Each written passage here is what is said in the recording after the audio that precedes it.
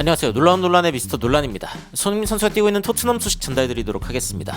토트넘과 갈라타사라이가 유로파 리그에서 만났습니다. 그리고 이 결과는 엄청난 치열한 싸움이었고 3대2로 갈라타사라이가 이기게 됐는데, 이날 경기 주요 장면에 해외 팬들이 어떤 이야기들을 했는지, 해외 해설진들은 어떤 반응을 했고, 그리고 안즈 포스테코글루 감독이 손흥민 선수를 빼준 이유가 무엇일지, 이런 부분들에 대해서 분석을 해보도록 하겠습니다. 바로 들어가 보시죠.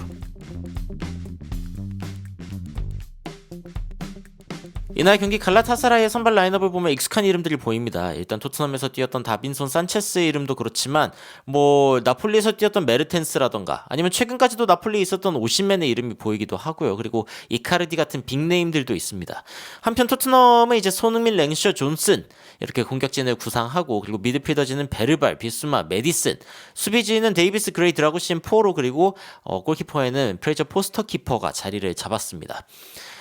이날 경기 일단은 오시멘 선수가 굉장히 좀 눈에 띄는 그런 선수이기도 하고, 일단 나폴리랑 사이가 안 좋아서 강제로 좀 갈라타사라이로 이적이 된 그런 상황이었기 때문에, 그리고 이제 토트넘이 과연 2군으로 이길 수 있을 것인가, 이런 부분들이 이제 많은 팬들의 관심을 모았던 것 같습니다.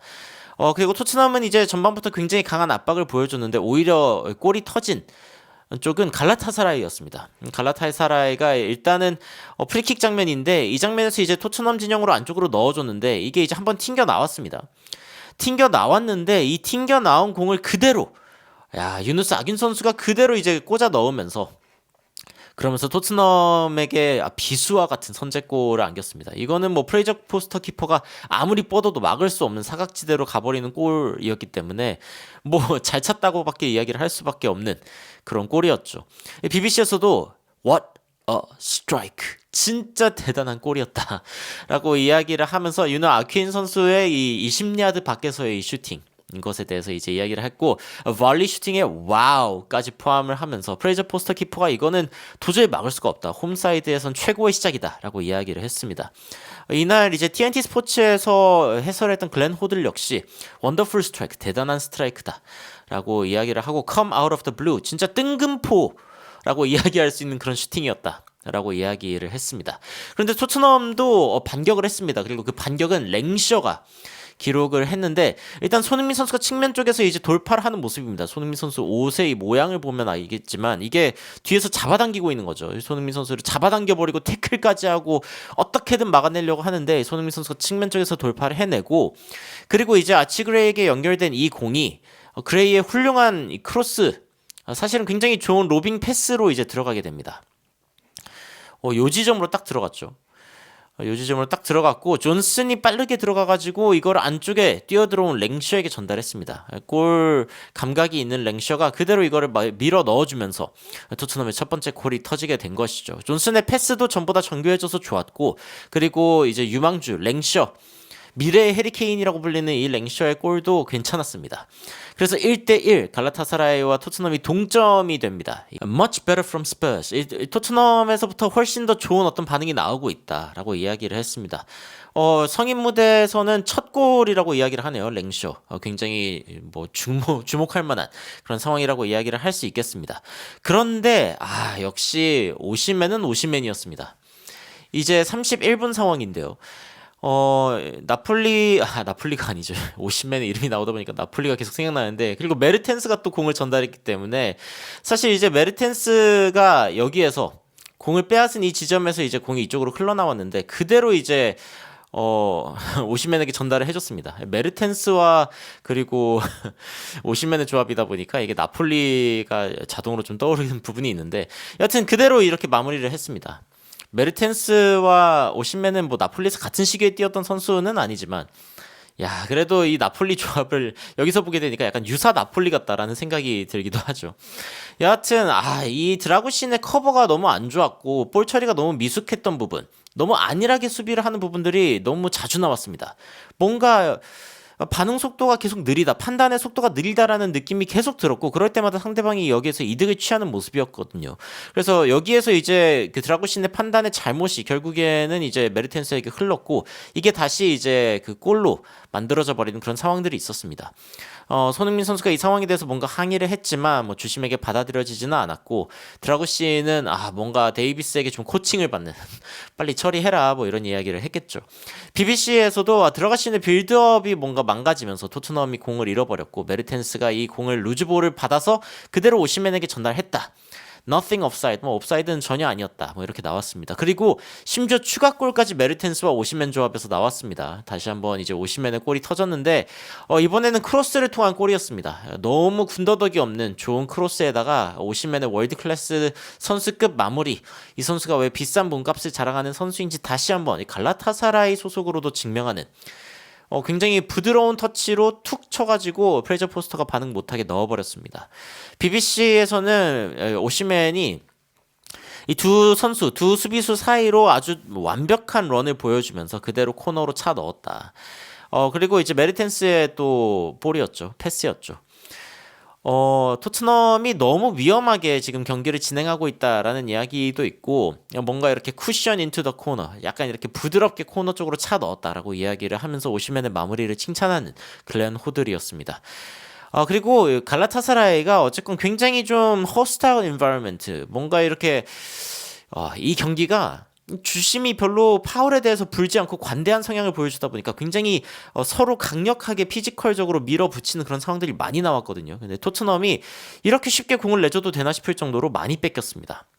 전반전 지표만 좀 살펴보면은 기본적으로 갈라타사라이가 경기를 주도했을 뿐만 아니라 인터셉션, 공을 가로챈 횟수도 무려 11번이나 될 정도로 토트넘이 공을 엄청 많이 뺏겼습니다. 게다가 이제 그 빅찬스를 엄청나게 많이 만들어내기도 했고요. 사실 이날 경기의 지표를 살펴봤을 때 그 전반전 지표 봤을 때 토트넘은 슈팅이 하나밖에 없었습니다. 그나마 이게 들어갔길 망정이지. 그리고 뭔가 수비진의 어떤 빈자리, 반더벤, 로메로 이런 선수들의 빈자리가 너무 크게 느껴지는 그런 경기였습니다. 심지어 제드 스펜스도 나올 수 있었더라면은 좀 로테이션으로 돌리면서 페드로 포로도 쉴 수 있었을 텐데 뭐 이런 생각이 들긴 하죠. 전반전 유일하게 5점대의 평점을 받은 선수가 드라구신이라는 게 이해가 되는 그런 전반전이었고 하프타임에 뭔가 토트넘의 최고의 모습이 아니다. 뭐 유로파리그에서 지속적으로 무패 행진하고 싶으면은 좀 더 잘해야 될 텐데 뭐 이런 이야기가 BBC에서도 나왔습니다. 근데 이제 토트넘이 전반전 끝나자마자 두 명의 교체 선수를 넣습니다. 한 명은 벤탄쿠르 그리고 한 명은 클루셉스키인데 누구를 빼주냐면은 손흥민과 존슨을 빼줍니다. 자, 이거는 이 시사하는 바가 있습니다.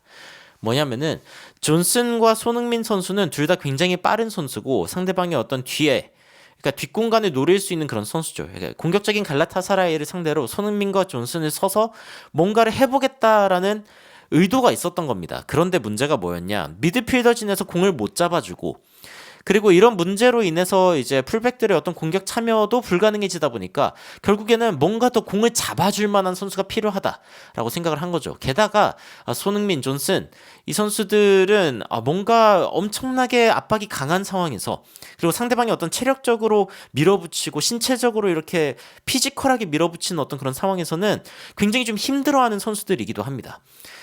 이런 부분들을 감안할 때 그리고 심지어 이틀 뒤에 리그 일정이 있다는 점까지 감안하면은 포스테코글루 감독은 이 경기에서는 손흥민 존슨보다는 조금 더 체력적으로 피지컬적으로 좀 버텨줄 수 있는 사람이 필요하다라는 판단을 한 거겠죠. 물론 이제 국내 커뮤니티에서는 뭐 이기겠다는 거야 지겠다는 거야 이런 식으로 이야기하기도 했지만 이게 이기겠다는 목적의 교체였다는 거는 조금 이따가 더 분명해집니다. 입스위치와의 경기가 있기 때문에 뭐 체력 안배의 어떤 의미도 있었겠지만요. 일단은 클루셉스키, 벤탄쿠르가 손흥민과 존슨을 대신해가지고 후반전에 들어가게 됐고 해외 팬들도 사실은 드라구신 좀 빼라 다른 선수들 빼지 말고 와 이거 우리 완전 찢기겠는데 이거 너무 지켜보기 힘든 경기가 되어가는데 안체 포스테코글루 감독이 지금 이 교체 가지고 무슨 생각을 하고 있는지 전혀 이해가 안 된다 뭐 이런 식으로 이야기를 했지만요. 물론 이제 손흥민 선수가 빠지면은 팀 전체적으로 안정감이 사라지기는 합니다. 그리고 그 가장 큰 지표 중에 하나가 손흥민 선수가 저번에 이제 그 교체되어 나간 뒤에 로메로가 퇴장당했죠. 이번에는 랭셔가 퇴장을 당했습니다. 랭셔가 퇴장당하면서 자기의 어떤 이마를 움켜쥐면서 실망하면서 이제 걸어나가는 장면이 나왔는데 토트넘 입장에서는 굉장히 뼈아픈 부분이었습니다. 왜냐하면 토트넘은 그리고 안제 포스테코글루 감독은 끝까지 이걸 이기려고 했거든요. 랭셔가 무리한 챌린지를 하면서 이런 일이 일어난 건데 사실은 주심의 경기 운영 자체가 굉장히 관대했기 때문에 이걸 가지고 또 레드카드를 주고 어떤 거는 또 카드는커녕 무슨 파울도 안 불고 그러니까 이게 참 애매한 경기였습니다. 그리고 포스테코글루 감독도 이 부분에 대해서 굉장히 좀 힘들어하는 모습을 보였죠. 추가적으로 사르 그리고 이제 솔랑키까지 넣어주는데 이게 바로 안제 포스테코글루 감독이 이 경기를 포기하지 않았었다는 신호입니다. 뭐냐면은 이거 일단은 선수가 한 명 또 비었기 때문에 활동량이 좀 채워줘야 되고 그리고 피지컬하게 더 앞에서 공격을 해줘야 된다라는 부분이죠. 그리고 결국에 이 판단은 들어맞았습니다. 솔랑키가 골을 넣었기 때문이죠. 측면 쪽에서 이제 잘 내줬고 페드로 포로가 이제 잘 들어갔습니다. 그래서 페드로 포로가 여기에서 크로스를 넣어줬는데 솔랑키가 환상적인 뒷발로 이제 공을 넣으면서 굉장히 플릭이 굉장히 좋았죠. 뒤쪽으로 자기 자신의 가랑이 사이를 통과시키면서 뒤쪽으로 이렇게 공을 탁 차놓는 모습을 보여주면서 토트넘의 추가골을 넣었습니다. 추격을 알리는 그런 골이었고 이거 경기가 다시 불붙는 거 아니냐 이런 식으로 BBC가 반응을 하기도 했습니다. 그리고 갈라타사라이가 뭔가 조금 더 이제 체력적으로 좀 안 좋아지는 것 같고 뭔가 꺼진 것 같다라는 이야기가 나오기 시작했거든요. 실제로 이제 점점 매치 도미넌스가 토트넘 쪽으로 오나 싶었던 시점이기도 하고요. 그런데 역시 주심의 이 경기 운영이 굉장히 좀 관대했다 보니까 그리고 파울이 굉장히 많이 나오다 보니까 막 클루셉스키도 몸통 박치기를 당하기도 하고 메르텐스도 쓰러져가지고 이제 들것에 실려 나가고 인저리 타임이 이제 7분이 주어졌는데 이 상황에서 가장 아쉬웠던 상황은 이 부분일 겁니다. 토트넘이 이제 굉장히 좋은 롱볼로 솔랑케의 골을 노렸지만 상대방 키퍼가 나와가지고 이걸 걷어냈습니다. 이 공이 근데 클루셉스키한테 연결이 됐고 왼발에 걸렸단 말이죠. 클루셉스키는 왼발잡이 선수이기 때문에 여기에서 조금만 더 침착하면은 그대로 골을 넣을 수 있는 상황이지만 사실 쉬운 공은 아닙니다. 쉬운 공은 아니지만 그래도 해냈어야 했는데 이게 찼지만 물론 상대방이 잘 붙어주기도 했습니다만 이 공이 바깥쪽으로 나가버리면서 그러면서 토트넘의 동점 기회가 사라져버리고 말았습니다. 글렌 호들은 저거는 기회 이상의 기회였는데 골키퍼가 일단은 리스크를 줬고 클루셉스키가 골을 넣을 줄 알았는데 완벽한 기회였는데 라고 이야기가 나왔지만 경기는 결국 3대2로 마무리되어버리고 말았습니다. 이날 경기 평점 보면은 라두 드라구신 선수가 이제 유일한 5점대 그리고 토트넘의 5점이었습니다. 뭐 평점 5점이 아니라 실제로 토트넘의 수비에 5점이 드라구신이었고 드라구신이 아니었으면 실점하지 않았을 장면들이 꽤 있었다라고 저는 생각이 듭니다. 교체 선수들 명단 보면은 클루셉스키, 벤탄쿠르, 사르, 솔랑키 들어갔는데 벤탄쿠르 그리고 솔랑키가 7점대를 보여주면서 유의미한 교체였다라는 평가를 받았고 클루셉스키도 진짜 열심히 뛰어줬는데 아쉽다라는 생각이 듭니다. 이날 경기 이 토트넘이 갈라타사라이를 상대로 이길 수 있었던 경기였지만 2구는 역시 약했습니다. 2구는 너무 약했고 그리고 이제 미드필더진이 받쳐주지 않는 그런 상황에서 손흥민 선수가 단독으로 할 수 있는 일들이 거의 없었죠.